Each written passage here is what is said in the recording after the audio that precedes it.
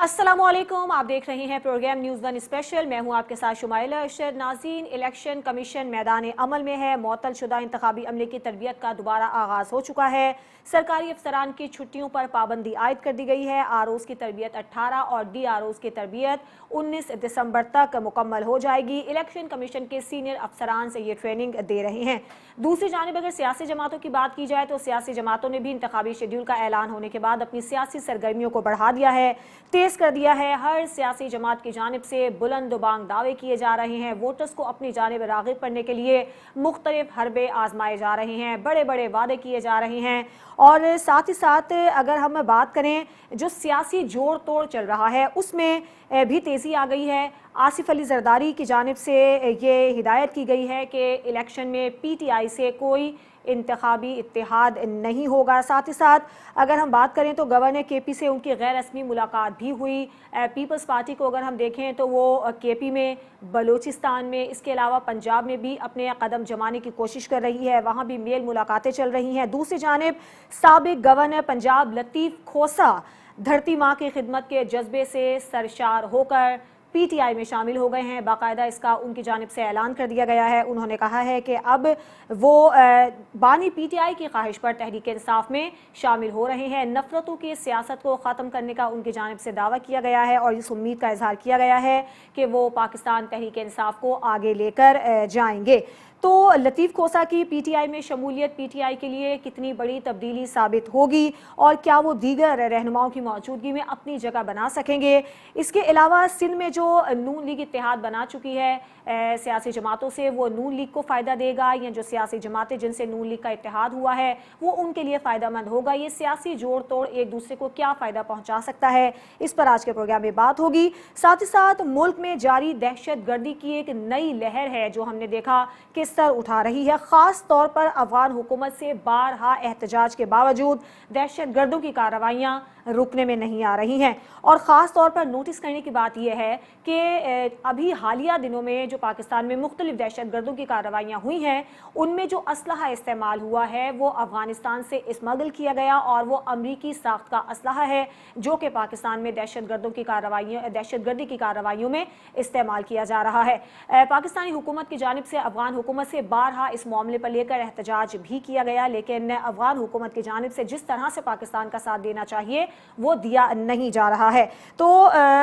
आखिर इसका हल क्या है, किस तरह से दहशतगर्दी की लहर को रोका जा सकता है और इस सारी सूरत हाल में खित्ते की सलामती के लिए अफगानिस्तान से मुज़ाकरात के अलावा पाकिस्तान के पास रास्ता क्या है, इस मामले पर भी आज के प्रोग्राम में हम बात करेंगे। तो एक ब्रेक के बाद जब वापस आएंगे तो इलेक्शन कमीशन की जानिब से इलेक्शन के लिए क्या तैयारियां हो रही हैं, इसके अलावा सियासी जमातों ने क्या अपनी सियासी गहमा गहमी शुरू कर रखी है, और तीसरा ये कि जो मुल्क में दहशतगर्दी की हालिया लहर है उसको किस तरह से कंट्रोल किया जा सकता है, क्योंकि इंतखाबात करीब है तो दहशतगर्दी को भी कंट्रोल करना बहुत ज़्यादा ज़रूरी है। एक ब्रेक के बाद जब वापस आएंगे तो इन्हीं मामलात पर अपने मेहमानों से गुफ्तगू का आगाज़ करेंगे। हमारे साथ रहिए।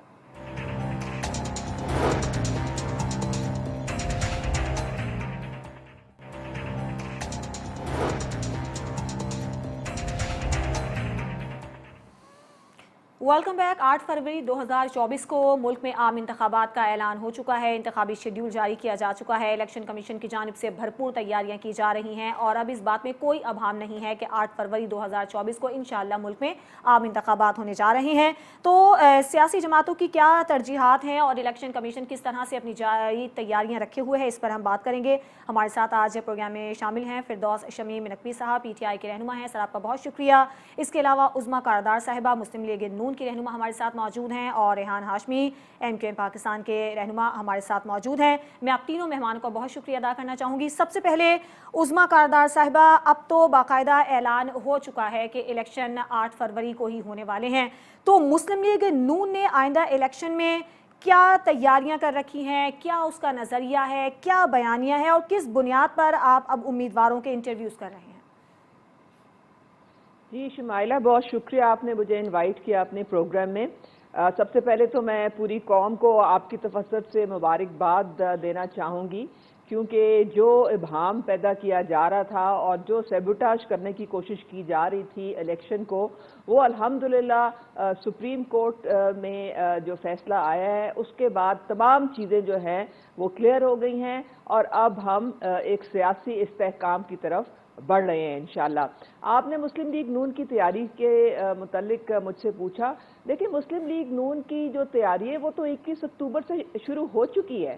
آپ کو پتہ ہے کہ یہ وہ جماعت ہے جو 4 سال جس نے شدید مشکلات کا سامنا کیا، اور میاں محمد نواز شریف کے آنے سے پہلے مریم نواز صاحبہ نے پوری جماعت کو، جو کہ ایک بیچاری پریشان حال جماعت تھی، اس کو دوبارہ زندہ کیا، دوبارہ کھڑا کیا، اور چاروں صوبوں سے آپ نے دیکھا کہ مسلم لیگ نون کے کارکنان بہت جذبے کے ساتھ آئے اپنے قائد کو ویلکم کرنے کے لیے۔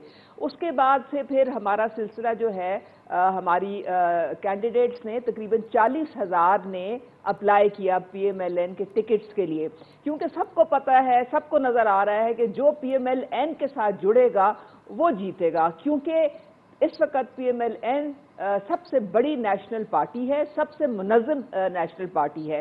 پھر اس کے بعد آپ نے دیکھا کہ انٹرویوز کا سلسلہ شروع ہوا، پہلے شارٹ لسٹنگ ہوئی، اور میاں محمد نواز شریف اور پارلیمانی بورڈ جو ہے وہ 10 ان کی میٹنگز ہو چکی ہیں، سب کے سامنے ہیں، وہ ایک پبلک ان کا سارا آپ کو انفارمیشن بھی پہنچتی ہے، بہت سارے ڈویژنز ہو چکے ہیں، اور ادھر میاں محمد نواز شریف جو ہے میرٹ پہ ٹکٹس دینے کے لیے خود انٹرویوز لے رہے ہیں۔ تو میرے خیال میں کوئی اور جماعت نہیں جس نے کوئی اس طرح سے انٹرویوز اتنی ٹرانسپیرنسی کے ساتھ جو کر رہے ہوں۔ پھر اس کے علاوہ ہماری جو مینیفیسٹو کی بنانے کی جو کمیٹی ہے وہ سرگرم ہے، اور انشاءاللہ تعالی اب جب یہ شیڈیول اناؤنس ہو گیا ہے تو آپ کو ہمارا مینیفیسٹو بھی ملے گا۔ روڈ میپ تو میاں محمد نواز شریف نے دے دیا تھا 21 اکتوبر کو۔ سب سے پہلی بات تو یہ ہے کہ ہم نے پاکستان کے لوگوں کو خوشحالی دینی ہے، وہی خوشحالی جس کو بری طرح سے جس میں رکاوٹیں ڈالی گئی تھی 2017 میں۔ اس میں یہ ہے کہ ہمیں اپنے اداروں میں ریفارمز کے لیے کوشش کرنی پڑے گی، جس میں ایف بی آر جو ہے وہ سر فہرست ہے، تاکہ ہماری ٹیکسیشن جو ہے وہ براڈ بیسڈ ہوئے۔ پھر بجلی اور گیس کے جو ہمارے نرخ ہیں اس کو ہم نے کس طرح سے کم کرنا ہے تاکہ لوگ جو ہے ان کو سہولت ملے، اور خاص طور پہ جو 300 یونٹ سے کم کے لوگ ہیں ان کو، وہ ہمارے مینیفیسٹو میں ڈیٹیل آ جائے گی۔ لیکن عظمیٰ صاحبہ جو 16 مہینے کی کارکردگی تھی مسلم لیگ نون کی، اس سے سبق سیکھ لیا آپ نے؟ دیکھیں، وہ جو 16 مہینے تھے وہ ہماری حکومت نہیں تھی، وہ پی ڈی ایم کی ایک مشترکہ سب جماعتوں کی حکومت تھی، اور میاں محمد نواز شریف تو سخت خلاف تھے۔ انہوں نے تو شہباز شریف کو کہہ دیا تھا کہ آپ اپنی الوداعی تقریر تیار رکھیں، جیسے ہی اسمبلی کا سیشن ہوتا ہے آپ نے وہ تقریر کر کے آپ نے ڈیزالو کر دینی ہے۔ ہم کیوں بوجھ اٹھائیں اس بری گورننس کا جو پچھلے 4 سال میں جو عمران خان کی حکومت میں ہوئے ہیں۔ تو یہ تو ہم لوگوں نے بہت بھاری سیاسی قیمت دی ریاست کو بچانے کے لیے، کیونکہ ڈیفالٹ کے دھانے پہ پہنچا ہوا تھا پاکستان۔ اگر آج کوئی بات کر رہے ہیں کہ جی ہم سری لنکا کی طرح ڈیفالٹ کے دھانے پہ، کوئی نہیں کر رہا، اب مستحکم ہے، اب بالکل ہم ایک وہ دیکھیں نا۔ لیکن ہمیں جو مہنگائی ہوئی، آپ کو پتہ ہے آئی ایم ایف کا پروگرام جس سے یہ بھاگ گئے تھے یہ لوگ سائن کر کے، جس کو سیبوٹاج کرنے کی انہوں نے پی ٹی آئی گورنمنٹ نے کوشش کی، اس کی وجہ سے مہنگائی تو آنی تھی، کیونکہ ان کی تو شرائط بہت سخت ہوتی ہیں، اور انشاءاللہ تعالی یہ مہنگائی جو ہے اس کا توڑ جو ہے یہ بھی صرف میاں محمد نواز شریف اور نون لیگ کی گورنمنٹ کے پاس ہی ہے۔ فردوس صاحب، آپ نے عظمیٰ صاحبہ کی گفتگو سنی، ان کا کہنا ہے کہ مہنگائی جو ملک میں آج ہے آسمانوں کو چھو رہی ہے، اس کی ذمہ دار صرف اور صرف تحریک انصاف ہے۔ آپ آئی ایم ایف کے پروگرام سے بھاگ گئے تھے جس کا آج خمیازہ قوم بھگت رہی ہے، کیا کہیں گے؟ مجھے کچھ کہنے کی ضرورت ہی نہیں ہے، پورے پاکستان کو پتہ ہے حقیقت کیا ہے۔ یہ اسحاق ڈار صاحب سمدھی میاں کس کی چوائس تھے؟ حقیقت کیا ہے؟ یہ اسحاق ڈار صاحب سمدھی میاں کس کی چوائس تھے؟ کس کو کس شخص نے لندن سے بھیجا تھا؟ کیا وہ نواز شریف کی مرضی کے بغیر اپنی بیٹی کا اور اپنے رشتہ خراب کرنا چاہتے تھے؟ بغیر مرضی کے آئے تھے اسحاق ڈار، وہی ہے نا مین آدمی۔ تو وہ کس پارٹی سے تعلق ہے ان کا؟ پی ڈی ایم کی کون سی جماعت سے تعلق ہے؟ آپ بار بار وہی تو وزٹڈ ہے نا، یہ انہی ذاتیات نے پہ تو نہ جائیں جادوگر ہے نا، لندن شمیم سے آئے صاحب، تھے ذاتیات جادوگر پہ نہ جو جائیں. 200 روپے ان کا میں کیا ڈالر رشتہ کرنے ہے میاں والے نواز تھے. شریف کے ساتھ، اور یا کیا رشتہ ہے ان کی بیٹی کے ساتھ؟ آپ ذاتیات پہ نہ بات کریں، ایشو پہ بات کریں. آپ ایشو پہ بات کریں. جی شمیم صاحب. بھائی بات ساری یہ ہے، اتنی قربت والے آدمی ہیں کہ اور نواز شریف کو آپ ایبزالو کر دیں کہ وہ ان کی چوائس نہیں تھے. مفتاح کو کیوں ہٹایا؟ ایک شخص باہر بیٹھا ہوا تھا اور ایک شخص یہاں اس عرصے میں تھا. شاہد خاقان عباسی صاحب کیوں ناراض ہو کے چلے گئے 16 ماہ کے دور کے اوپر؟ کہہ دے شہباز شریف نااہل ہے، اس کو حکومت کرنی نہیں آتی، آئندہ میں اس کو کوئی رول نہیں دوں گا، بڈھا ہو گیا ہے، اس نے جو تباہی مچائی ہے اس ملک کے ساتھ. وعدہ کیا تھا کہ ہم جو ہے 12% مہنگائی کو کم کر کے سنگل ڈیجٹ میں لے آئیں گے، وہ 40% کیسے پہنچ گئی؟ کون سی پرفارمنس کی بات کرتے ہیں یہ لوگ؟ ان کو کچھ آتا جاتا کوئی؟ اب تو ہم ہیرو ہو گئے. ہم خود پریشان تھے 12% سے، لیکن آج ہم کہہ سکتے ہیں کہ ان لوگوں سے جو اپنے آپ کو تجربے کار کہتے تھے، ہمیں تو یہ سلیکٹڈ کہتے تھے، نااہل کہتے تھے، سب کچھ. بھائی تمہاری ہاتھ تو چچی انگلی کا کھیل ہونا چاہیے تھا. 12% کو 5% لانا، تم تو ہمیشہ اسی پہ کرتے رہے. تم نے تو ملک کے اندر خزانے کے پیسے کم کوئی ہونے، ہم نے 17 بلین پہ چھوڑے تھے، تم نے 4 بلین بنا کے چھوڑ دیے وہ 17 بلین کو.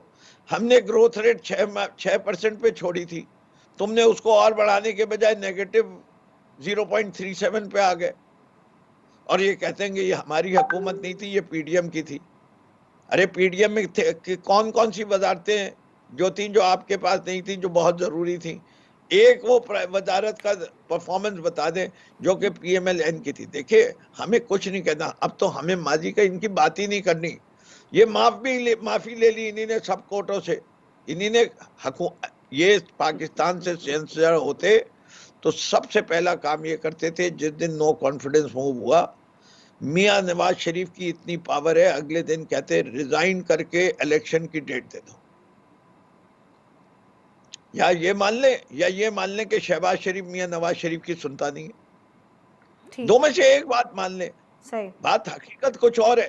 حقیقت اصل میں یہ ہے کہ انہیں این آر او چاہیے تھا.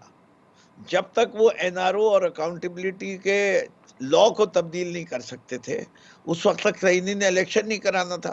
دونوں جماعتوں کا گٹھ جوڑ تھا اس والی بات پہ. اتنی سی بات ہے. کیا پاکستانیوں کو بے وقوف سمجھا ہوا ہے؟ صحیح. اگر میاں نواز شریف صاحب اتنی اعلیٰ چیز ہیں، اتنے توپ خانے ہیں، تو بھائی جان سروے اٹھا لو. عظمیٰ بی بی جائیے، جو سروے آج تک ہوئے ہیں کسی ایک سروے میں دکھا دیجئے. چیلنج کے ساتھ کہہ رہا ہوں کہ جہاں نواز شریف کی لیڈ جو ہے وہ عمران خان سے زیادہ ہو. ایک سروے پچھلے 1 سال کا. تو سر پھر تحریک انصاف الیکشن میں کیوں تاخیر چاہتی تھی؟ کیونکہ تاثر تو یہی ہے کہ الیکشن قریب تھے، اور پھر جیسے آپ لاہور ہائی کورٹ میں گئے اور پھر سپریم کورٹ نے اس کے خلاف جو فیصلہ دیا، اس کے علاوہ جو ریمارک سامنے آئے، اس سے تو یہی لگتا ہے. میں اس کا جواب دے دیتا ہوں. آپ لوگ نے پی ٹی آئی کی پیٹیشن پڑھی تو کہیں لکھا ہے کہ ہم 8 فروری کا انتخاب نہیں چاہتے. ہم کیا چاہتے ہیں اس ملک میں؟ ہم تو سب سے پہلے الیکشن چاہتے ہیں، لیکن کیسا الیکشن چاہتے ہیں؟ Fair and transparent. Fair and transparent election کرانے کی کیا شرائط ہونی چاہیے؟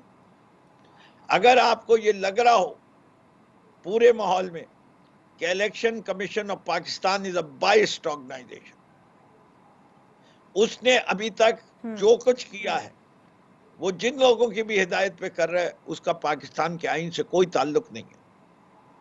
چاہے وہ سینسس ہو، چاہے وہ پنجاب کا الیکشن ہو، چاہے وہ اس وقت کا کیئر ٹیکر سیٹ اپ ہو فیڈرل گورنمنٹ میں، آئین میں 90 دن سے زیادہ کی ان میں ہے نہیں. اور یہ تینوں حکومتیں، تینوں نہیں اب تو 5 حکومتیں، 4 صوبائی حکومتیں اور مرکز کی حکومت آئین کے خلاف ہے. آئین کو پامال کر کے رکھ دیا انہی نے. ٹھیک، صحیح ہے. یہاں نواز شریف کو یہ بات نظر نہیں آتی، نہ شہباز شریف کو نظر آتی ہے. یہ آئین کی بالادستی چاہتے ہیں. واحد جماعت جو آئین کے لیے کھڑی ہے. ہمیں فیئر اینڈ ٹرانسپیرنٹ الیکشن چاہیے. ہم کہہ رہے ہیں کہ یہ جو آروز ہیں، یہ آروز درست نہیں ہیں. जुडिशरी से लीजिए, लेकिन हम लेकिन यहाँ सर पहले भी कह तो सकते सर पहले भी तो एक मिनट समाइला, एक जी मिनट, जी जी ये मैं बांगे दौल कह रहा हूँ, कलमा पढ़ के भी कह सकता हूँ, अपने ऑनर पे भी कह सकता हूँ कि पीटीआई 8 फरवरी को इलेक्शन नहीं चाह रही थी, पीटीआई 16 नवंबर से पहले इलेक्शन चाह रही थी। ये 8 अगस्त को सेंसस के ऊपर काउंसिल ऑफ कॉमन इंटरेस्ट की मीटिंग किसने कॉल की थी? ये वो लोग हैं जो इलेक्शन को डिले किया 8 फरवरी तक, वरना पाकिस्तान के आईन के लिहाज से ये इलेक्शन, अगला इलेक्शन 16 नवंबर 2023 से आगे हो ही नहीं सकता। और जिन लोगों ने काउंसिल ऑफ कॉमन इंटरेस्ट के अंदर कौन था वजीर आजम? शहबाज शरीफ। ठीक 2 इलीगल चीफ मिनिस्टर्स के साथ काउंसिल ऑफ कॉमन इंटरेस्ट कैसे मीट कर सकती थी? सही कौन था वजीर आजम? शहबाज शरीफ। सही तो ये जो सेंसस 31 मई को मुकम्मल हो चुका था, उसके नताइज को 8 अगस्त को क्यों ठीक है अप्रूव फिरदौस किया? साहब, ठीक है। रेहान साहब, आपने सुना तहरीक इंसाफ को भी तहफ़्फ़ुज़ात हैं इलेक्शन पर शफाफ होने पर, इसके अलावा पीपल्स पार्टी का भी यही मुतालबा है कि लेवल प्लेइंग फील्ड नहीं दी जा रही है। आप जा मिले हैं मुस्लिम लीग नून से, तो आपने इस बात की गारंटी ले ली है या आपको इस बात पर पूरा एतमाद है कि जो आइंदा इलेक्शन होने वाले हैं वो शफाफ होंगे? बिस्मिल्लाहिर्रहमानिर्रहीम। देखें, जहाँ तक एमक्यूएम पाकिस्तान का ताल्लुक़ है तो आपको याद होगा कि पिछले हफ्ते भी एमक्यूएम पाकिस्तान की जानिब से प्रेस कॉन्फ्रेंस की गई और इससे पहले भी और बल्दियाती इंतखाबात में भी इस बात का बहुत ही वाज़ेह तौर पर इजहार किया गया है कि बिलखसूस सिंध में कि जब इलेक्शन कमीशन के अमले के साथ मिलकर पीपल्स पार्टी अपने डीसीज और आईजीज के ज़रिए डीलिमिटेशंस या जेरी मैंडरिंग और प्री पोल रिगिंग अपने मतलब के मुताबिक कॉन्स्टिट्यूएंसीज को डिफाइन करने का काम करे, तो कैसे लेवल प्लेइंग फील्ड होगी? और पीपल्स पार्टी किस बुनियाद के ऊपर अपने लिए लेवल प्लेइंग फील्ड की बात कर रही है, जबकि तमाम एडमिनिस्ट्रेशन पिछले 15 सालों से उनके पास उनके लगाए हुए लोग, उनके ताबेदार लोग, पीपल्स पार्टी के पास उनका 15 साल का जो रिसोर्सेज उन्होंने जमा किए हैं, जो नेटवर्किंग डेवलप किया है, और जो उनके ताकत और तवानाई और जो फोकस्ड उनकी एफर्ट्स हैं, वो उसका हमने बार बार इजहार किया है। और हमारी सख्त तरीन रिजर्वेशन है इसके ऊपर कि लेवल प्लेइंग फील्ड और जानिबदारी नजर आ रही है सिंध में। सर सिंध में आपको ये तहफ़्फ़ुज़ात हैं, वैसे तो आप पंजाब में भी अपने उम्मीदवार खड़े करने जा रहे हैं, तो वहाँ पे भी इस किस्म के तहफ़्फ़ुज़ात हैं या सिर्फ सिंध में पीपल्स पार्टी से हैं? देखिए, पंजाब के डायनेमिक्स चेंज हैं, और ये बात अगर हम सिंध में बिलखुसूस कर रहे हैं तो एमक्यूएम पाकिस्तान का मकसद ना सिर्फ सिंध में क्योंकि हम विटनेस कर रहे हैं, हम तो विक्टिम है डायरेक्टली सिंध में, लेकिन अगर पाकिस्तान के किसी भी खित्ते में, किसी भी सूबे में अगर जेरी मैंडरिंग हो रही है, प्री पोल रिगिंग का मैकेनिज्म डेवलप किया जा रहा है किसी भी पार्टी की जानिब से, तो वो उसको रुकना चाहिए। और इलेक्शन कमीशन की जिम्मेदारी बनती है, बुनियादी तौर पर रियासत की जिम्मेदारी बनती है कि इक्वल अपॉर्चुनिटी तमाम पॉलिटिकल पार्टीज को दी जाए जिनको आप इलेक्शन में कंटेस्ट करने की इजाजत दे रहे हैं, और वो पॉलिटिकल पार्टीज के जो कि अपने रिसोर्सेज को, नेटवर्क को, अपने वसाइल को, अपने पैसे को, फंड्स को इस्तेमाल करके जेरी मैंडरिंग कर रही हैं, प्री पोल रिगिंग कर रही हैं, तो उसका सिलसिला ख़त्म होना चाहिए। ये हमारे शदीद तरीन तहफ़्फ़ुज़ात हैं, और ये हमने लोकल बॉडीज़ के इलेक्शन के दौरान भी इसका इजहार किया था। और आज भी ये रिकॉर्ड पे लाता चलूँ कि हमारी जो रिजर्वेशन थी, जो हमने अपील फाइल की थी, हमारी एक रिजर्वेशन को भी रिजॉल्व नहीं किया गया, जबकि दूसरी जानिब पीपल्स पार्टी की जानिब से फाइल किए गई जो तहफ़्फ़ुज़ात थे उन तमाम के तमाम को एड्रेस भी किया गया, रेक्टिफिकेशन बकौल उनके के वो किया गया, उनके मतलब के मुताबिक किया गया। ठीक है सर, रेहान साहब, जो एक उम्मीदवार फाइनल करने थे या जो इलेक्शन की तैयारियां थी वो एमक्यूएम पाकिस्तान की कहां तक पहुंची है, मुख्तसर बताइएगा, फिर उसके बाद हम ब्रेक पे जाएंगे। देखिए, एमक्यूएम पाकिस्तान आपने देखा होगा कि 1 महीने से हफ्तावार बुनियाद के ऊपर हर टाउन की सतह के ऊपर अपने इजलास मुनक्किद कर रही है। हम तो इलेक्शन मोड में आ चुके हैं 1-2 महीने पहले ही। मुख्तलिफ टाउन्स की सतह पर हमने इजलास का इनेकाद शुरू कर दिया है। ठीक है। और हम तो तैयार हैं। हम तो चाहते थे कि पहले बर वक्त इलेक्शन जो है ना टाइम के मुताबिक हो। आज भी इलेक्शन डिले नहीं होना चाहिए। डिले होने से नुकसानात भी हैं, मगर डिले होने के साथ साथ जहां पर मुख्तलिफ पॉलिटिकल पार्टीज अपने असर और रसूख को इस्तेमाल करके जेरी मैंडरिंग कर रही है, उसको भी रुकना चाहिए। ठीक है, यानी ये तहफ़्फ़ुज़ात तो आपके आज भी बरकरार हैं कि इलेक्शन अपने टाइम पे हों और साफ़ व शफ़ाफ हों। तो एक ब्रेक का वक्त हुआ है, ब्रेक के बाद जब हम वापस आएंगे तो सियासी जमातों के एक दूसरे से जो जोड़ तोड़ का सिलसिला जारी है, लतीफ़ खोसा जो कि अब पीपल्स पार्टी को छोड़ चुके थे और अब वो जा पहुँचे हैं तहरीक इंसाफ में, क्या तब्दीली होगी? इसके अलावा आसिफ अली जरदारी ने ये हिदायत कर दी है कि तहरीक इंसाफ से कोई इत्तेहाद नहीं होगा। तो ये मामलात क्या चल रहे हैं, इस पर बात करेंगे एक ब्रेक के बाद।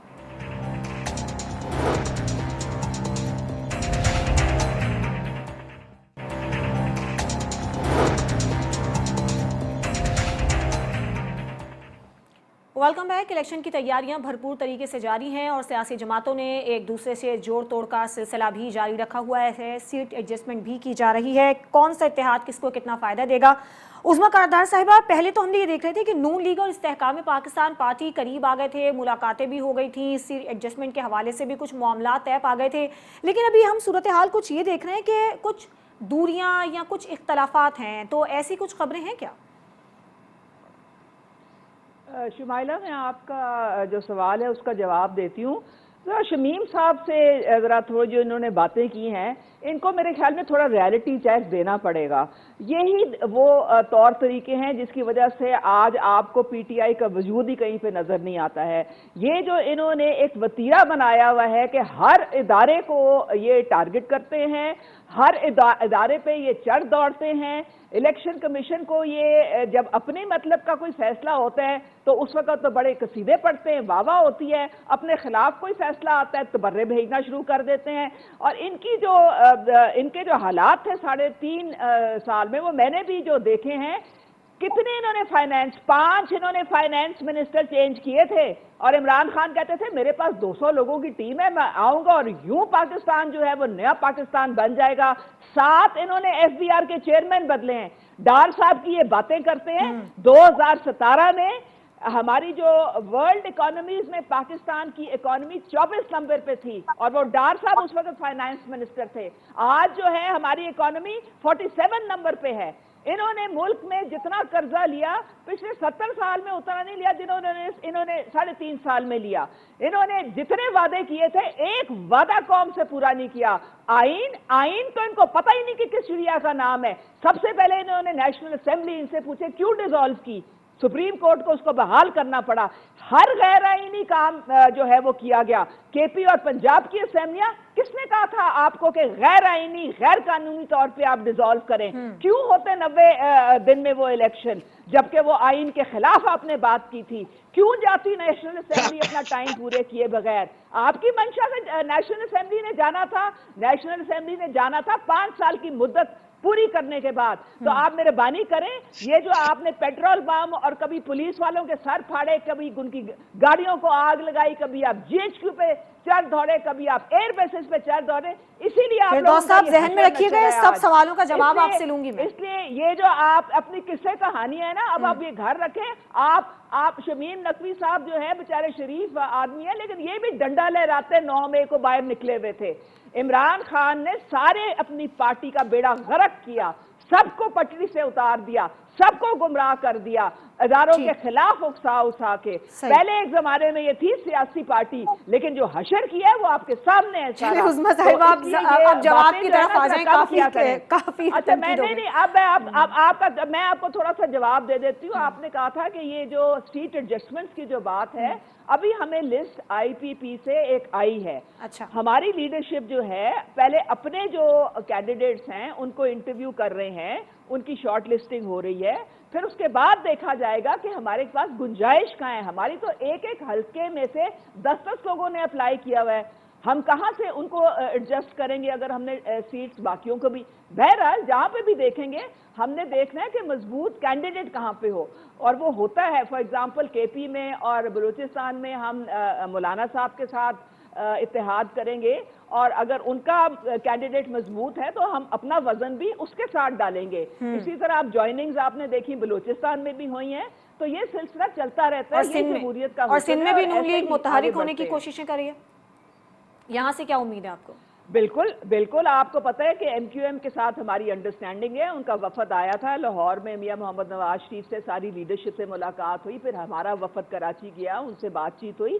یہ ان کو تو جو 14 سیٹیں تھیں, انہوں نے تو کبھی مڑ کے پوچھا نہیں لوگوں سے کہ آپ کے ساتھ گزر کیا رہی ہے. تو لوگوں نے تو ان کو اب ایک دھیلے کا ووٹ نہیں دینا ہے. تو یہ ساری سیٹیں انشاءاللہ تعالیٰ جو ہیں ہم اپنے جو پارٹنرز ہیں ان کے ساتھ مل کے ہم لوگوں دیکھیں. گرین لائن کس نے بنائی کراچی میں, سینسس کس نے کروایا کراچی میں.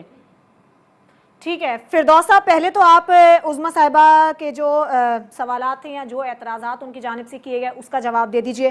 اور دوسرا یہ کہ آج ہم نے یہ دیکھا کہ آصف علی زرداری کی جانب سے یہ ہدایت کی گئی ہے کہ پی ٹی آئی سے اتحاد نہیں ہوگا, تو کیا آپ کی جانب سے کوئی پیشکش وغیرہ کی گئی تھی یا کیا رد عمل ہے آپ کا اس بیان پر؟ یہ کتاب ہے, عظمیٰ بی بی نے پڑھی ہے. کہہ دیجئے کہ چیف منسٹر کے پاس اختیار نہیں ہے اسمبلی ڈیزالو کرنے کا. نہیں ہے. چیف منسٹر نے چیئرمین کے کہنے سے کی. چیف منسٹر تو منتیں کرتا رہا, پرویز الہی منتیں کرتا رہا, محمود خان منتیں کرتا رہا. خدا کے لیے ہمیں چلنے دیں, خدا کے لیے ہماری اسمبلی ڈیزالو نہ کریں. ڈنڈا دے کے ڈیزالو کروائی. آپ مہربانی کر کے نا جو حقیقت ہے اس کے مطابق آپ بات کریں. چلیں پہلے فردوس صاحب کی بات سن لیتے ہیں. جی فردوس صاحب. جی یہ آپ ان کا دیکھیں, میں یہ بول رہی تھی, میں بالکل خاموش رہا. میں نے پورا ان کو بولنے دیا. ان کے اندر اتنا تحمل ہونا چاہیے, سچ لوگوں کو سمجھ میں آتا ہے. اگر میں جھوٹ بول رہا ہوں گا تو پاکستان کے عوام سن رہے ہیں, وہ فردوس شمیم نقوی کو ایک جھوٹا آدمی جانیں گے. میرے کردار اور ان کے کردار کا موازنہ میں نہیں کرنا چاہتا یہاں. میرے ساتھ یہ رہی ہیں پارٹی کے اندر, اور میں ایک خاتون ہونے کے لحاظ سے ایک احترام کے رشتے کے ساتھ ان کے ساتھ چلنا چاہتا ہوں, اور میں وہ حدیں نہیں پار کرنا چاہتا جو حدیں یہ پار کرتی رہتی ہیں عادت. تو میں پاکستان کا آئین سب کے پاس لکھا ہوا ہے. ہر پرائم منسٹر اور چیف منسٹر کو اختیار ہے کہ وہ کر دے. پرویز الہی کوئی دودھ پیتے ہوئے بچے نہیں تھے. کو جو الفاظ یہ استعمال کر رہے ہیں کہ ڈنڈیا, انہیں ہاکا نہیں جا سکتا. وہ ایک منجھے ہوئے سیاستدان ہے, اور اس منجھے ہوئے سیاستدان نے اپنے لیے جو کچھ حاصل کیا وہ پارٹی میں آئے, سب کچھ جو ہے رائے دی. لیکن ہر پارٹی کے اندر ایک آرڈر ہے. پنجاب کے سارے لوگوں نے ووٹ کیا کہ ہم تیار ہیں اسمبلی ڈیزالو کر دی جائے. وہ سب ہانک دیے گئے. اگر ہانک دیے گئے تو ٹھیک ہے, یہی ہمارا قائن اجازت دیتا ہے اس بات کی. کہیں وہ شرائط نہیں لکھی ہوئی, پہلی چیز.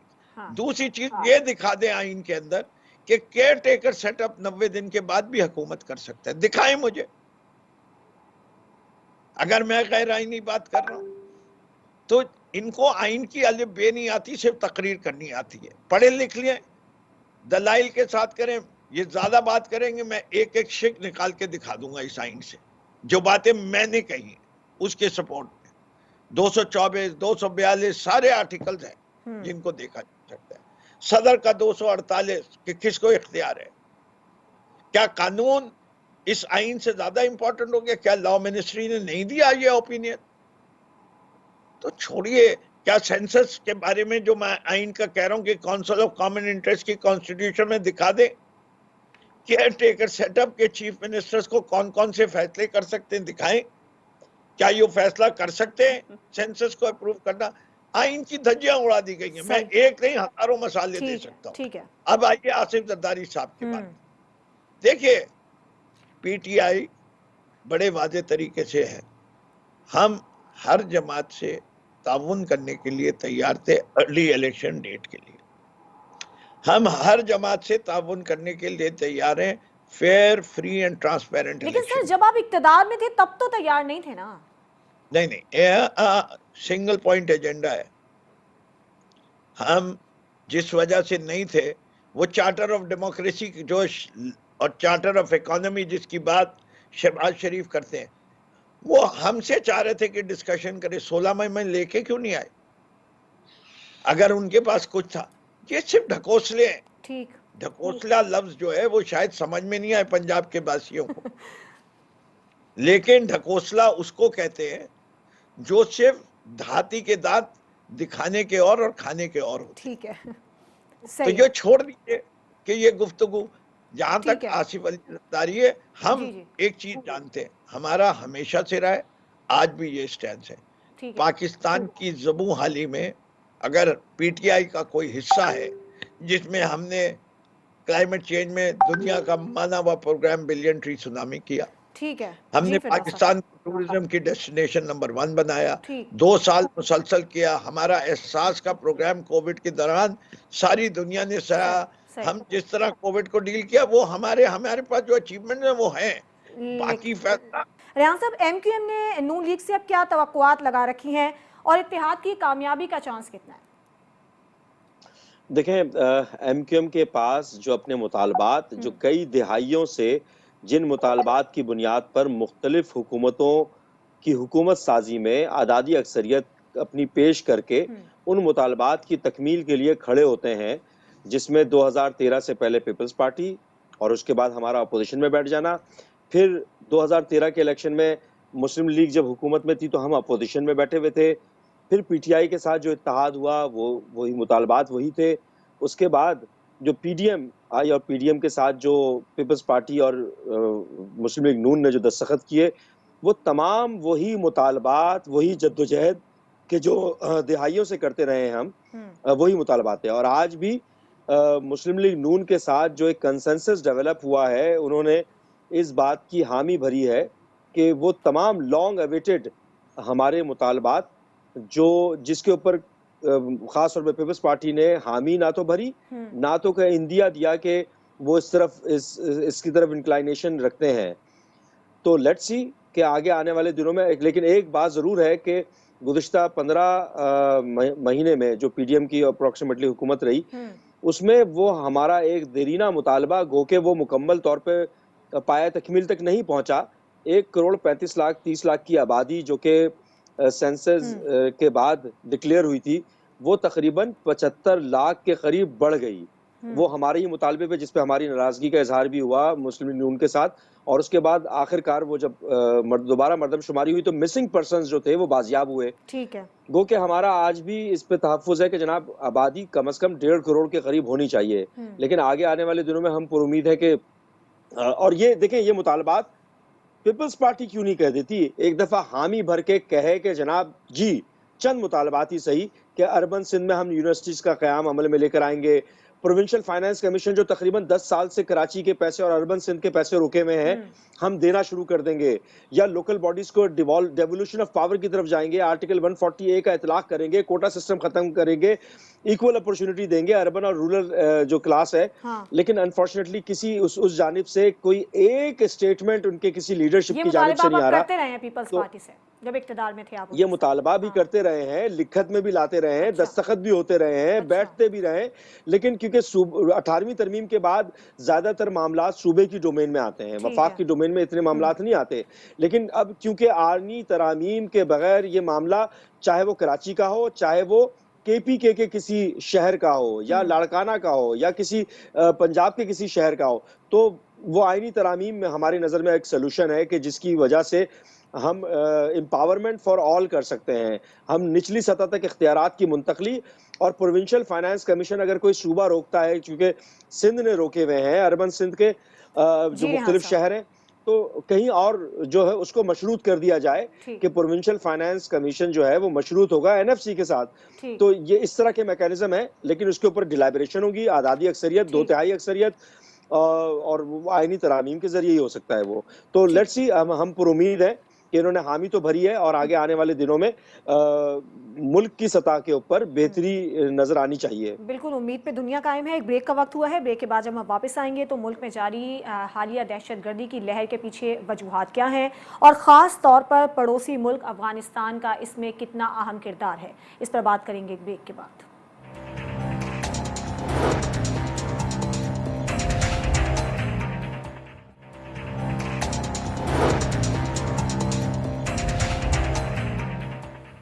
Welcome back. मुल्क में जो हालिया दहशत गर्दी की एक नई लहर सर उठा रही है, उसमें हमारे कानून नाफिज करने वाले इदारे, हमारी पाक फ़ौज, इसके अलावा जो अवाम है वो अपनी जानों का नजराना पेश कर रहे हैं और दहशत गर्दों से मुकाबला भी कर रहे हैं। लेकिन साथ ही साथ जो सिफारती सतह पर अफ़गानिस्तान से हमारे मुज़ाकरात हैं वो किस तरह के होने चाहिए और किस तरह का लाहे अमल या क्या तरीक़ा का इख्तियार करना चाहिए कि अफ़गानिस्तान भी इस मामले में भरपूर हमारा साथ दे, और ख़ास तौर पर सियासी जमातों की सारी सूरत हाल में क्या जिम्मेदारी बनती है। फिरदौस साहब, जैसे कि बात हो रही है, कानून नाफिज करने वाले इदारे अपनी जानें कुर्बान कर रहे हैं, हालिया दहशत गर्दी की लहर एक हमने दोबारा सर उठाती हुई देखी है, तो बतौर सियासी जमात के एक रहनुमा होने के नाते आप क्या समझते हैं, सियासी जमातों को किस तरह से इसमें अपना किरदार अदा करना चाहिए? जी, पहली चीज़ तो ये, मैं अपने तमाम अफवाज को जो पाकिस्तान को दहशतगर्दी के ख़िलाफ़ और दुश्मनों के ख़िलाफ़ शीशा पिलाई हुई दीवार बन के खड़े हैं, उनको सलाम पेश करता हूँ। उन शहादा के ख़ानदानों के साथ उनको सलूट करता हूँ, इससे कि वो फ़ख्र की बात है कि उनके ख़ानदान में शहीद हुआ। शहीद कभी हमारे अक़ीदे के लिहाज से वो ज़िंदा रहता है, उनको अब्दी ज़िंदगी मिल गई है और वो उन्हीं ने राहें रोशन कर दी हैं, वो मिसाल बन गए हैं पूरी कौम के लिए। मैं पाकिस्तान की अफवाज, बख़ुसूसी हमारी बर्री फ़ौज को इस लिए सलाम पेश करता हूँ। दूसरी चीज़, इस मुल्क की बदकिस्मती है कि कल 16 दिसंबर गुजरी है। हमने अपने मुल्क को 2 लख्त होने दिया। क्यों 2 लख्त हो गया? क्योंकि हमने मसले को वक्त के ऊपर न पहचाना, न उसको संभालने की कोशिश की। आज एक और मसला भी इस मुल्क में 1971 से चल रहा है, बलोचिस्तान का मसला। आज 71 से लेके 52 साल हो चुके हैं। 52 साल में मैं अपने बलोची भाइयों को सेटिस्फाई नहीं कर सका कि मुल्क पाकिस्तान में तुम्हारे हकूक हैं और तुम पाकिस्तान के लिए फ़ख्र हो, और हम दोनों का मुस्तकबिल मिन हैसुल कौम यकजा होके रहने में है। अलहदा होंगे, बिखर जाएंगे, नुकसान होगा। ये किसकी फेलियर है? ये उन तमाम लोगों की फेलियर है जो हुकूमत में रहे, बिलशमूल पीटीआई। लेकिन पीटीआई अपने डिफेंस में ये कह सकती है कि 3 साल में 2 साल हमने जंग लड़ते रहे कोविड के खिलाफ, कोशिश करके। हम वो लोग थे जिन्होंने सेनेट के चेयरमैन के लिए, गो के डिप्टी चेयरमैन हमें मिल सकता था, हमने वो सेक्रीफाइस किया और बलूचिस्तान से सेनेट का चेयरमैन बनाया। सही। इसी तरीके से देखिए, ये जो दहशतगर्दी होती है, इसको ख़त्म करने के लिए इवेंचुअली सारे फैसले जो हैं वो टेबल टॉक पे होते हैं। जब तक आप दोनों चीज़ें चाहिए होती है, डंडा भी चाहिए होता है और उसके साथ लोगों को खिलाने के लिए अंडा भी चाहिए होता है। बिल्कुल ठीक। अगर आप सिर्फ डंडा चलाएंगे और अंडे नहीं पेश करेंगे तो फिर 2 मुल्लाओं में मुर्गी हराम हो जाती है। हमें मिन्नतुल कौम एक राह चुननी है। ये बड़े अफसोस की बात है कि 16 माह की हुकूमत में वजीर खारजा पाकिस्तान का जो हमसाया मुल्क अफगानिस्तान है, सारी दुनिया के उन्हीं ने चक्कर लगाए। ठीक है। शहबाज शरीफ साहब ने एक दफा नहीं कहा कि हमारा सबसे बड़ा मसला जो है अफगानिस्तान से है, इस पे कि अफगानिस्तान के अंदर दहशतगर्द है। हाँ, सही। तुम जाके बात तो करो। ठीक है, इस पे उज़मा साहिबा का मौक़िफ़ लेते हैं। उज़मा साहिबा, आपने गुफ्तगू सुनी है, और दूसरा ये बताइएगा कि अफ़गानिस्तान से मुज़ाकरात के अलावा आप क्या समझते हैं कि क्या रास्ता हो सकता है, और मुस्लिम लीग नून के पास पॉलिसी क्या है? सिफारती सतह पर दहशतगर्दी के ये वाक़यात जो बढ़ रहे हैं, क्या इसका हल हो सकता है? शुमाइला, पहले तो मैं कहूँगी कि काश के शमीम साहब जो हैं यही बातें इमरान खान को या अपने लीडर को समझा देते तो शायद 9 में ना होता। لیکن ان کو بالکل انہوں نے اپنے جو سیاسی مقاصد کے لیے اداروں کو ٹوٹلی داؤ پہ لگا دیا۔ یہ وہ ادارے ہیں، ہماری جو افواج ہے، آج اگر ہم آزادی کی فضا میں سانس لے رہے ہیں تو یہ اس لیے ہے کیونکہ ہمارے محافظ جو ہیں، جو ہمارے سرحدوں کے محافظ ہیں، انہوں نے اپنی جانوں کا نذرانہ دیا ہے۔ ان کا لہو جو ہے، ہمارے شہداء کا جو لہو ہے، اس کی وجہ سے آج ہم پھل پھول رہے ہیں۔ تو یہ ہمیں کبھی نہیں بھولنا چاہیے۔ ہماری جو نیشنل سیکیورٹی ہے، عظمیٰ صاحبہ سوال یہی ہے نا کہ آپ مسلم لیگ نون کے پاس پالیسی کیا ہے؟ یہ تنقید تو چلتی رہے گی، جو وہ ہو چکا، لیکن ابھی کیا پالیسی ہے؟ دیکھیں ہماری پالیسی یہ ہے کہ ہمارے جتنے بھی ہمسائے ہیں ان کے ساتھ ہم نے ایک اچھے روابط رکھنے ہیں اور مل کے چلنا ہے۔ نیگوسیشن میں، ٹیبل ٹاکس میں ہم بلیو کرتے ہیں، لیکن اگر وہاں پہ ٹی ٹی پی کے وہاں پہ اڈے بنے ہوئے ہیں اور وہاں سے وہ دوبارہ ری گروپ ہو کے اٹیک کر رہے ہیں پاکستان میں، تو پاکستان کی حکومت نے بارہا افغانستان کی حکومت کو یہ بتایا ہے، اور اول تو اگر وہ ہماری مدد کرتے ہیں اور ہمارے ساتھ ایک انٹیلیجنس شیئرنگ کرتے ہیں پھر تو ٹھیک ہے، اگر نہیں کرتے تو پھر ہم خود سے نمٹ لیں گے۔ پاکستان بتا دیتا ہے، افغانستان سن لیتا ہے، لیکن اس کا کوئی حل تو نہیں نکل رہا۔ نہیں، حل پھر یہی ہے کہ پھر یہی ہے کہ ہماری جو 26 انٹیلیجنس ایجنسیز ہیں، دنیا کی بہترین ہمارا نیٹ ورک ہے، پھر ہمیں پتہ ہے ہم نے کہاں پہ کدھر ٹارگٹ کرنا ہے، تو وہ تو پھر ان کی بچت نہیں ہوگی، کیونکہ وہ پہلے بھی رد الفساد اور ضرب اسد میں ہم نے پورے یہ جو دہشت گرد ہیں ان کو وزیرستان سے نکال کے باہر کیا ہے، اور لیکن اگر وہاں جا کے ٹی ٹی پی نے دوبارہ اٹیک کرنا ہے تو پھر اس کا بھی ہمارے پاس علاج ہے، لیکن ہم چاہتے ہیں کہ ہم افغانستان سے پہلے مل کے بات چیت کریں، کیونکہ ہم چاہتے ہیں کہ اچھے ہمارے ریلیشن شپ ہوں تمام ہمارے اداروں کے ساتھ۔ ریحان صاحب، بات چیت سے یہ مسئلہ حل ہو سکتا ہے؟ ریحان صاحب، آپ کیا سمجھتے ہیں، اور سیاسی جماعتوں کی کیا ذمہ داری ہے اس دہشت گردی کی لہر کو کنٹرول کرنے کے لیے؟ تو یہ بات طے کر لی جائے کہ ہندوستان جو کہ ہمارا پڑوسی ہے، پڑوسی تو چینج نہیں کر سکتے، لیکن اس کی پالیسی جو کہ ہمیشہ سے چانکیا کی پالیسی رہی ہے، وہ اس کے اوپر عمل پیرا رہے گا۔ تو ہم چاہے وہ اندرونی خلفشار کا شکار ہوں یا بیرونی خلفشار کی وجہ سے اندرونی طور پر کمزور ہو رہے ہوں، تو اس کا بھرپور فائدہ لے گا، اور اس پالیسی کے تحت ہندوستان یقینی طور پر افغانستان کے ساتھ مل کر پاکستان کو ڈی اسٹیبلائز کرنے کی کوشش کرتا رہا ہے اور کرے گا بھی۔ تو اس کا مطلب بہت ہی واضح طور پر رہا، پاکستان یہ سمجھتی ہے کہ ڈائیلاگ تو ہونے چاہیے، لیکن کسی بھی صورت میں دفاعی ضروریات کو پورا کرنے سے پیچھے نہیں ہٹنا چاہیے۔ دوسرا اہم پہلو یہ ہے کہ اس خطے میں بیلنس آف پاور بہت ضروری ہے۔ اس کی وجہ یہ ہے کہ ذرہ برابر بھی امبیلنس آف پاور اگر ہوگا تو کوئی بعید نہیں کہ ہندوستان اپنی اگریشن سے باز نہ آئے۔ پاکستان کو نہ صرف کشمیر کے مسئلے کو، فلش پوائنٹ کو حل کرانے کے لیے انٹرنیشنلی اپنے سفارتی جو میکینزم ہے اس کو مؤثر بنانا پڑے گا، انٹرنیشنل ایکٹر کو موبلائز کرنا پڑے گا، بلکہ نہ صرف کشمیر بلکہ جونا گڑھ کا معاملہ ہو یا حیدرآباد دکن میں ہندوستان کی اگریشن ہو۔ اور دیکھیں کل دسمبر گزرا ہے، 16 دسمبر تھی، تو ہمیں یہ بھی یاد رکھنا پڑے گا اور انٹرنیشنلی ہمیں بھی اس بات کو بھی اجاگر کرنا پڑے گا کہ ہندوستان کی سازشوں کی بنیادی وجہ سے ہی ہمارا ایک بازو کٹا، اور بعد میں اسی دن ہمارے اسی زخم کے والے دن اے پی ایس کا سانحہ بھی ہندوستان کے بیکڈ سازشوں کی وجہ سے ہوا۔ تو یہ وہ تمام چیزیں میرا خیال ہے اس کو قوم کو بھولنا نہیں چاہیے، اور آج بھی سلسلہ جاری ہے۔ تو پولیٹیکل پارٹیز کو تو دیکھیں ون پوائنٹ ایجنڈا، سنگل ایجنڈے پہ تو متفق ہونا پڑے گا نا کسی نہ کسی پوائنٹ پر، جو پوائنٹ آف کامن انٹرسٹ ہے اس پہ تو کوئی کمپرومائز نہیں ہونا چاہیے، اور اجتناب بھی کرنا چاہیے کہ ہمارے جو سیکیورٹی کے ادارے ہیں ان کو ان کے مورلز جو ہے نا ہم ہائی کر کے رکھیں۔